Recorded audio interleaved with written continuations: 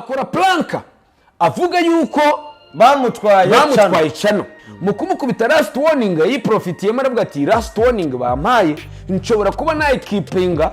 njyewe nkaba ndi gukemura iyo last warning bampaye bikaneze saga muri industry nibwo adakubise kangahe nagiye kumva numva inkuru ngo uwitwa Yago yarwaye Yago ndamwandikira nibwo nageze nyimara kwagera umusekirite barambwiye ati no jamais de tout travail nta muntu wemere kuza kureba Yago yaragiye bwira kana gapasiteri kagenda kiduna kipine kana kahani ngo Yago agiye gupfa urumva none se inyuma yisaga ntago ubonye ko yesa kubita indirimbo hanze n'abanyarwanda mwe ibi bintu ninge muntu bishyize hanze ninge muntu bivuza akakanya Yago yinjiye mu muziki ntago uzongera kumubona mu itangazamakuru yaramukanumiye muri ira special meeting njyewe kuko njyewe ntari akabati n'ubundi nari kumubwira ati Yuda na Scariote bicaye hari uwageze i Burundi imbere aragenda arabwira ati Bruce Melody mu nama twakoranye Melody yatubwiye yuko hari agiye gutegura igitaramo hano abajya kuvugana nande na ba bantu Bruce Melody yaririye umufungo ariko sikari byo ubwo Symphony yatangiye gukubita kakaririmbo ka Bruce Melody ngo fata inderwamo maze wirebe bajya kumva mu indobo y'amazi n'amajage gose atonderwamo nawe wirebe muri aya mazi nibwo badukubisa icyitwa akandi gaplanka munamenye ko Bruce Melody atigeze anafungwa na gereza yagiye mu Burundi DJ Brian hakoze amateka nibwo bwa mbere DJ Brian kuva yatangira kuba umustar yongeye gusogongera ku kintu bita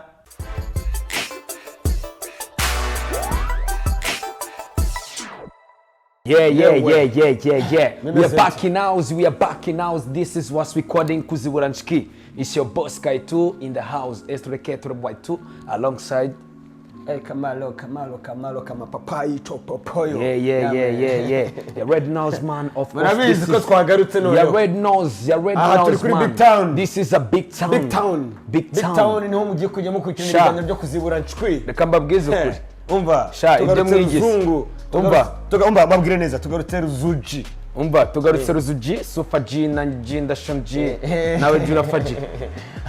Uyu munsi tubafitiye inkuru zimwe zitandukanye za danje turababwira ku makuru y'abastari batiye abandi amada bakabajyana hirya no hino bakajya kubapfurika ahantu tubabwire abastari bafite abakobwa bakundana babacaho ba papa kwiyorobeka ba mutima w'urukundo ba mutima muke mu rutiba urumva abo bose turababwira hari nabo dushaka kuremera turababwira abastari baturindinga kubera ifoto batazi kuririmba urumva abo bose barahari ntago tuvuzemo David ntago tumuvuze hanyuma turakomeza tubabwire ni benshi turi babwira umuntu turabahereza Birangiye indi ya nyayo turababwira mu bubari urumva hari akaririmbo mbafiti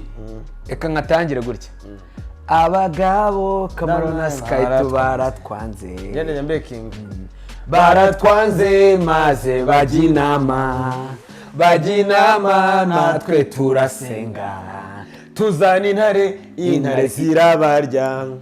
uwo mugaburiwe niwe witwa Emi nafata kubuzu ku mavuta mwese muzari yola tuzashima Imana bose babireba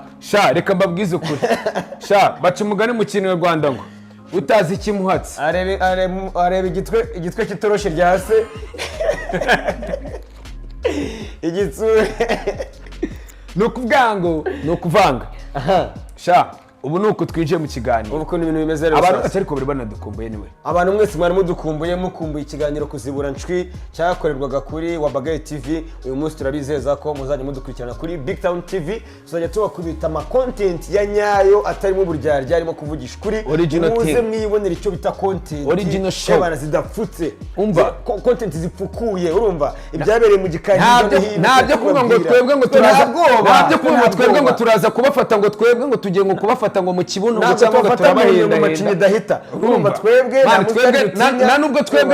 nta nubwo turi n'abaganga bo kubavura inzoka zanyu nta nubwo tubavura ama depression yanyu mufite wewe ibintu byo kujya kuza wowe kashaka kumbwira ngo ngo mani ngo ngiye ngo narwaye ngo agakanzu sha nushaka gutwara akajipo ibyo ntibikureba nushaka kunye wuzuza inzu urumva twebwe tugiye kubabwiza ukuri wowe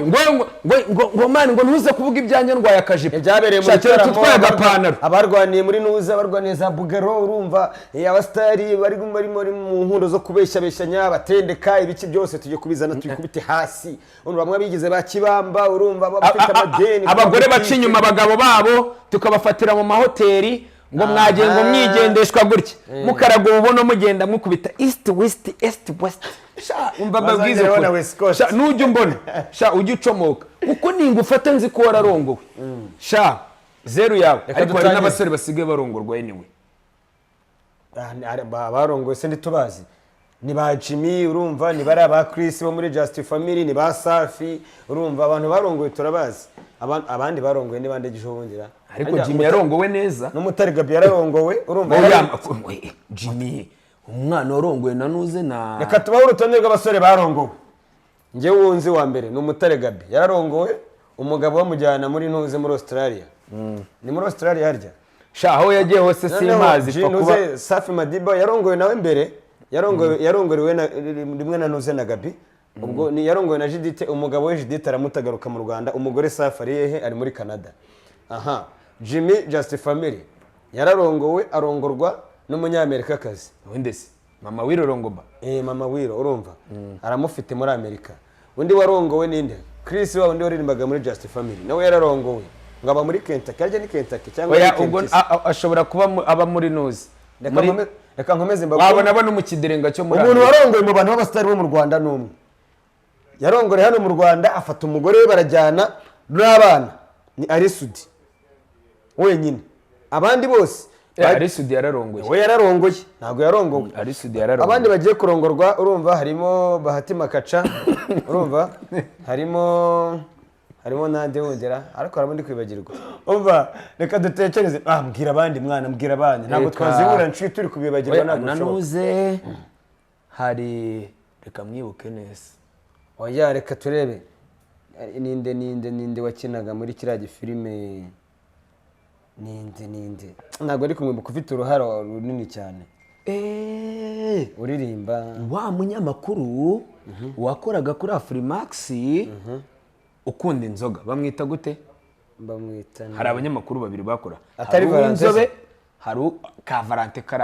karanagura karagakobwa abandi ntabwo wa wundi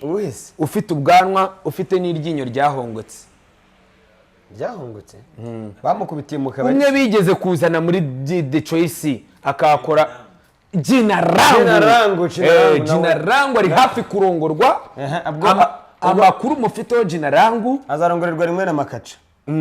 kandi Jina Rangu kandi kugira wumve ukuntu Jina Rangu yiteguye kurongorwa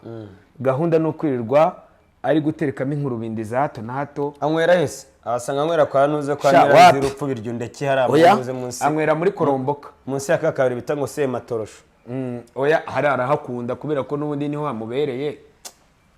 okay twatangiye rero uko bwiza ya Red Nose uyu munsi noneho nshiki yacu uyu munsi tugiye kuyiziburira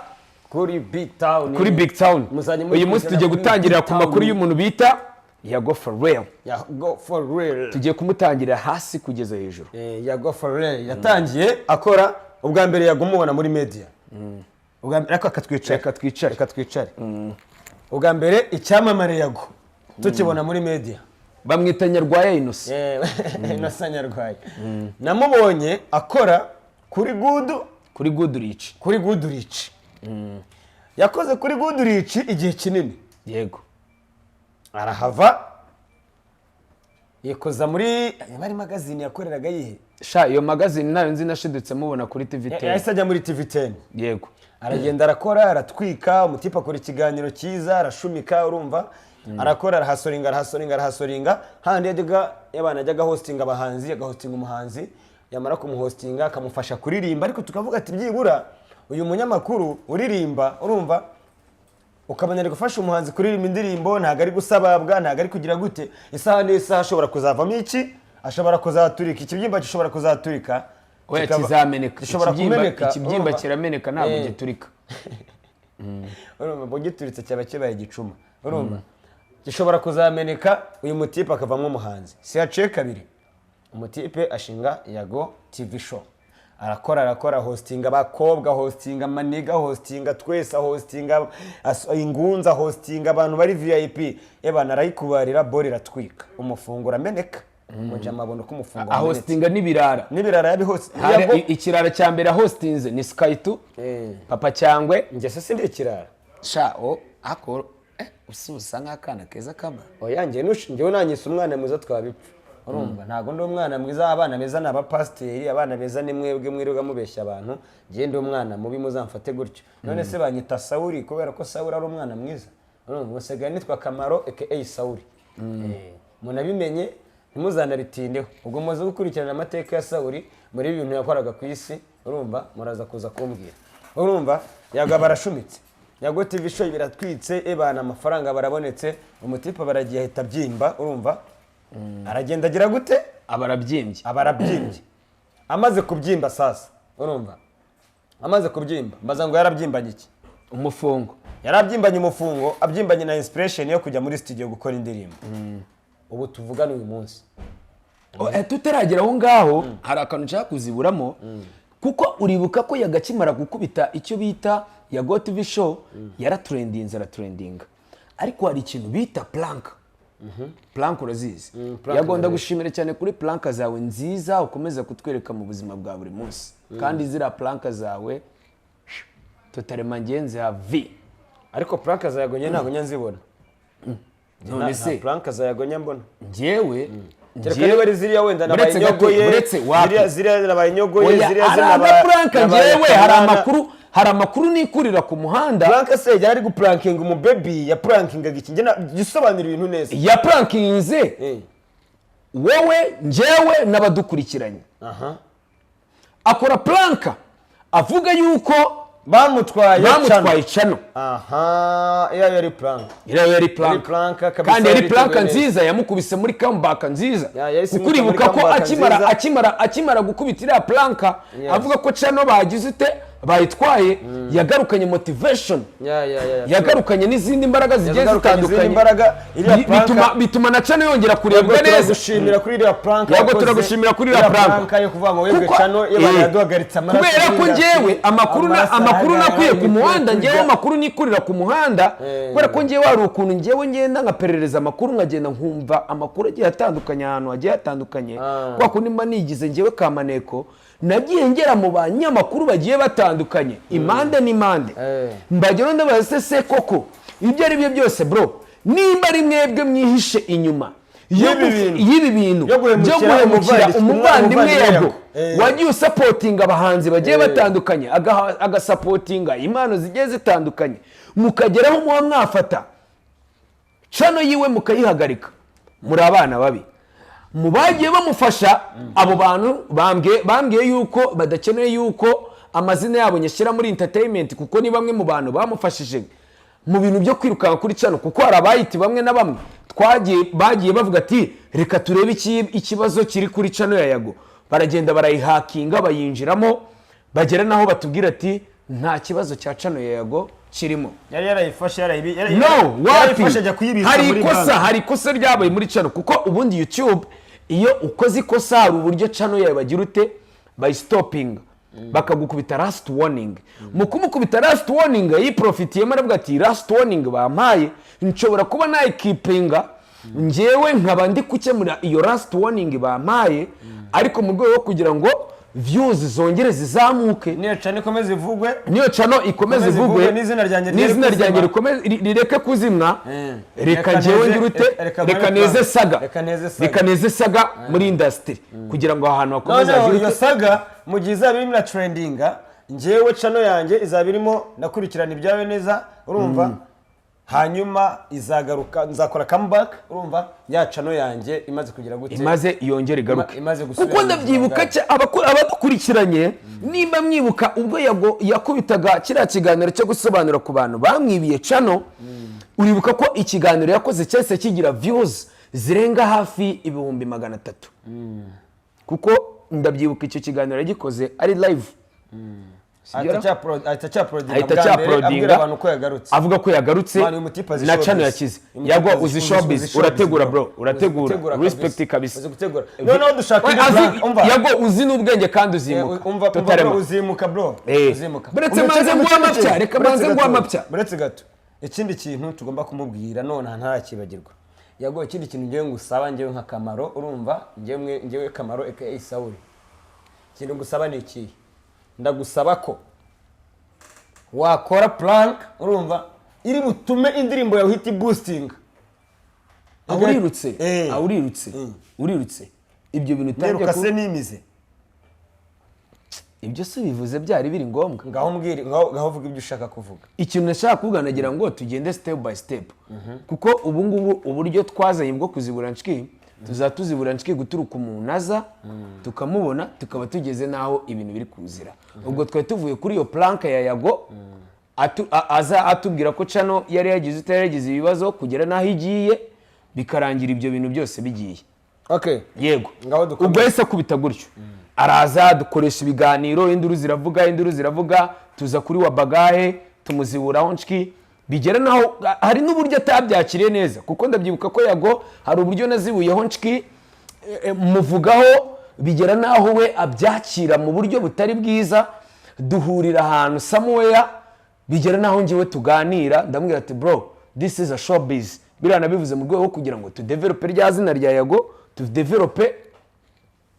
na showbiz yacu tuna develop na channel yacu mu rwego kugira ngo boosting nkuko ushobora kunyitabaza kugira ngo tu boosting channel yawe biranashoboka yuko nawe hakongira ngo n'umunsi duhurira kuri Chillax oya twari turi kuri Onomo hotel Onomo ndabyibuka no gutahurira muri nuze hari n'igihe twanagiye kuri Chillax ibyo bintu birarangira Onomo ngewe Yago urumva ari gihe twegeze gushwana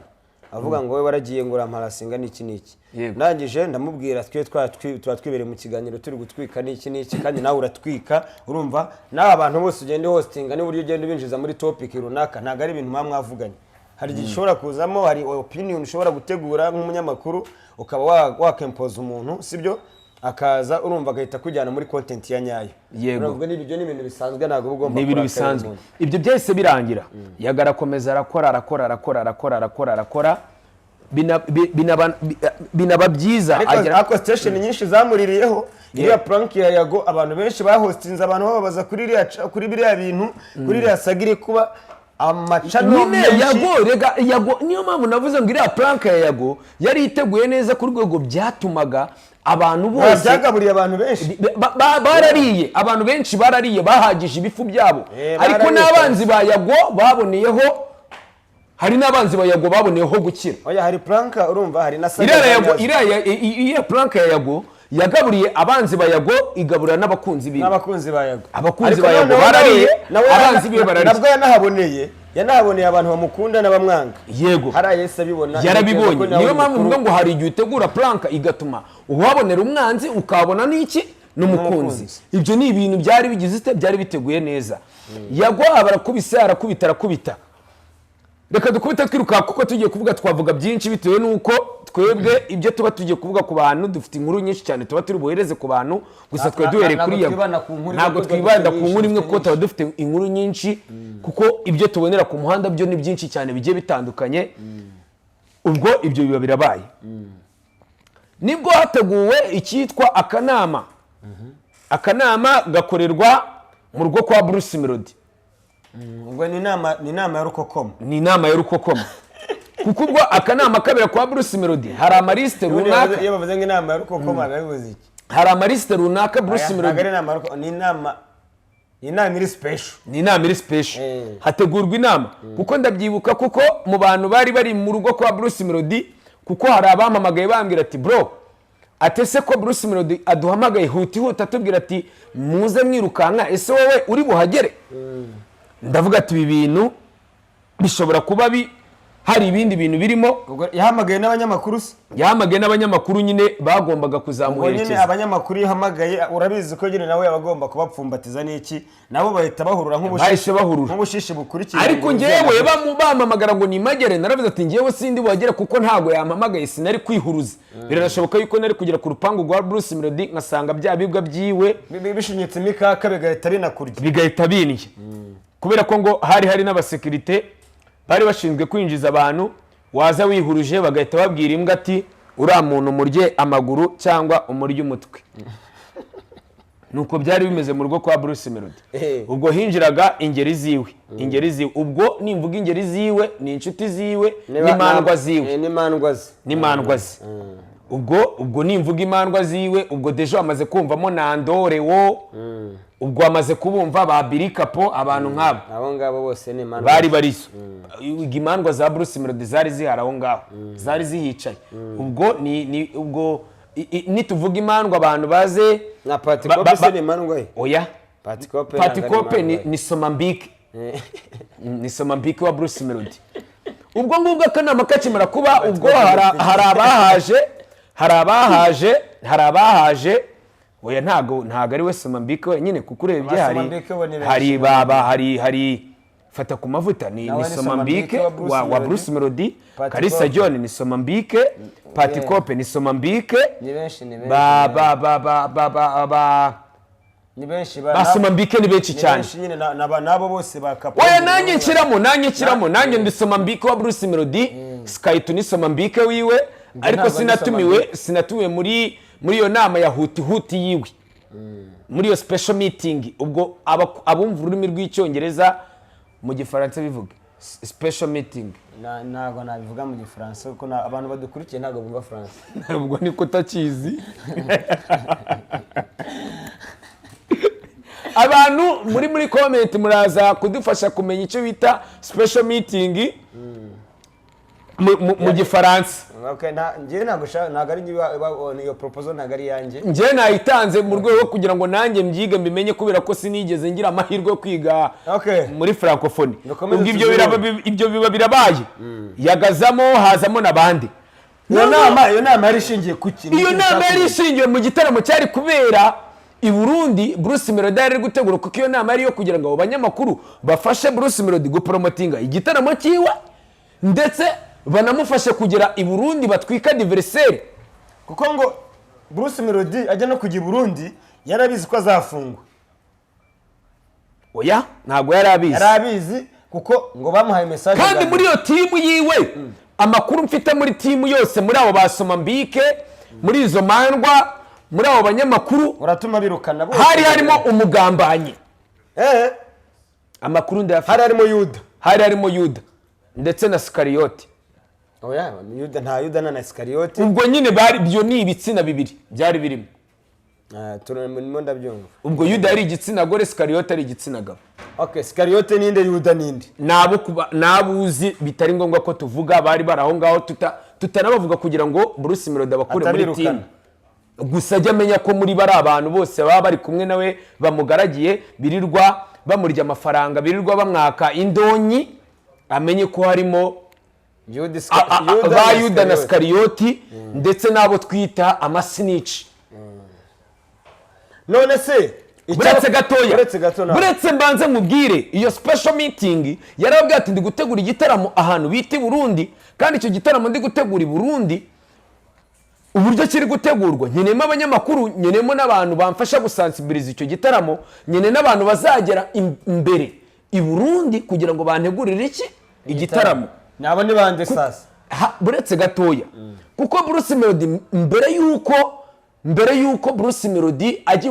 i Burundi haba yabanje kujyayo uwitwa fata ku mavuta ndetse na Soshomura kuko Soshomura yari yabanje gukora igitaramo i Burundi ariko ntiyafunzwe. Ntabwo yafunzwe. Soshomura yari yatumiwe yagarutse ari muzima. Hari hagiyeyo Soshomura hajyayo Afrique hajyayo Krisizi. Bruce Melody aravuga ati ni gute bari abana bagenda bagashumika. Gusa ntago Soshomura ari umwana kuri Bruce Melody ushobora no gusanga Soshomura muruta. Oya Soshomura ni mutoya kuri Bruce Melody. Papa wowe ni Papa Owen ni mutoya kuko uriya papa ajya wa mwana Bruce Melody yitwa nde? Brita Papa Brita urumva niwe mukuru aruta Papa Owen. birashoboka nta kibazo ariko basesha bari bamutanze kugerayo ariko nawe yarebye ukuntu batwitse Burundi arangije agashari karamukubita uburyo Bruce Melody kugira Bruce Melody ajye gutegura iyo special meeting yari irimo ba Yuda ndetse na Scariot ndetse n'ayandi masnichi ni uburyo Bruce Melody yarebye abona igitaramo cyakozwe na social muri Burundi aravuga ati nduru zavuze ageze ku cyakozwe n'umu upcoming star azi nka Chrisizi yari aherekejwe na Junior Gite aravuga ati ibi bintu abana bari gukora bamaze gutwika femu nibwo Bruce Melody yakoresheje uburyo bushoboka ndetse bitewe n'umufungo yari afite ahita hamagara ari kumwe na boss wiwe mushashu witwaga Yeri kuko icyo gihe yari amaze gutandukana na wa mu boss wiwe wahoze ari oya rega Jado buriya Jado yabanje bwa mbere kuko ari umubosi waje ari uwa kabiri inyuma ya Jado wahoze ari umuyobozi wa Clouds ntago yamuriye subwo nk'ubwo amafaranga buretse gatoya kuko uri umuyobozi wa Cloud yaje afata Bruce Melody izina ryiwe abantu badukurikiranye baraza kuryandika kuko sindizi kuko yego uwo nguwo rero yaraje yumvikanaho na Jado bumvikana kuko uriya Nastri wo muri Cloud aza gufasha Bruce Melody yamwatse Jado aramwese Jado ko Bruce Melody ari umuhanzi mwiza uri trendy nta kuntu twafata izina nka Bruce Melody tukaba twari developer tukarishira ku rundi rwego Jado arabyemera ariko kugira ngo uwitwa Bruce Melody Jado agira uburenganzira bwo kumutanga yabanje kubyumvikaho na Bruce Melody Jado aramubwira ati hari akandi kazi ndimo kagomba kumfasha none se kandi Nastri yafashe Bruce Melody aramufasha Bruce Melody mu byo yari yumvikanye na Nastri abona byose byabaye zero nibwo haturutse witwaga Yeri wo mu diaspora aturutse muri leta zunze ubumwe za Amerika abafashe Bruce Melody amuta Cashmani nanjye abona yariyeho je bundi dure na Jado nanjye narayeriye Jado ndagushimira ku mafaranga yawe Jado nawe ayabona yariyeho ariko ayagayeri niyo menshi ayagayeri yabaye menshi kurusha yawe nta kibazo ariko uwo witwa Cloud we ntago ibyawe ibikorwa byawe ntago twigeze tubibona kuko wowe deja wowe reka banze nawe mubwire wowe Cloud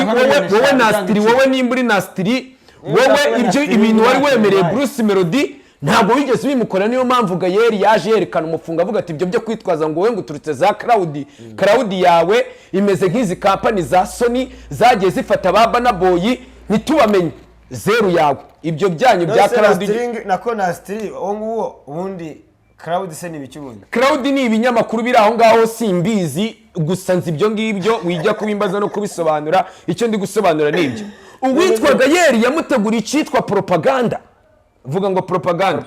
akimutegura propaganda nanje nubwo yatiyo propaganda tujye gutegura reka dutegura special meeting ako propaganda ni mu kiganza propaganda ntago ibyo biri mbizi gusa nzi ko ni imitwe yamuhaye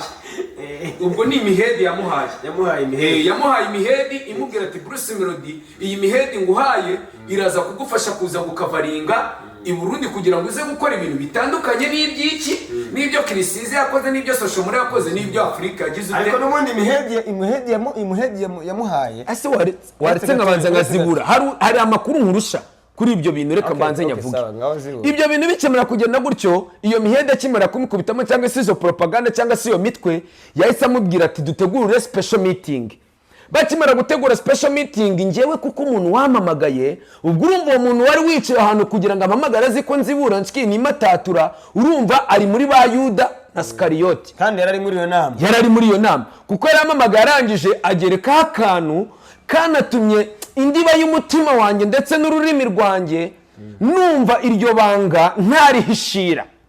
yarambwiye ngo Skytu ko Bruce Melody muri inshuti kuki muri special meeting ataguhamagaye niko yavuze urumva kana yambwiye ubwo yagera none se wamusubije ngo iki naramubwiye ati ubwo sinarindi mu bagomba gutumirwa ariko n'ubundi ntago ngiyemo ariko nyine kumubwira ngo yawe atuye dukomura icyo dukomene ngasi yego ngiye ntumiye abantu banje b'inkora mutima urumva bagira ibanga sha ntago natumiramo Skytu sha nawe sinagutumira nari binshiki nari kuyizi ariko njyewe gusa amahirwe Bruce Melody yari kugira iyo aramukanumiye muri iriya special meeting njyewe kuko njyewe ntari akabati n'ubundi nari kumubwira ati Yuda na Scariote bicaye ashobora gutumira muri special meeting ugahita ukora icyo bita special editing ugahita uzibura ncwi nari no kuyizibura kandi ibintu bye byari kugenda neza kuko mubo yari yicaranye nabo bose yari yicaranye nabo yari yizeye havuyemo umugambanyi kandi mu bantu yahaye amatike mu bantu yabashije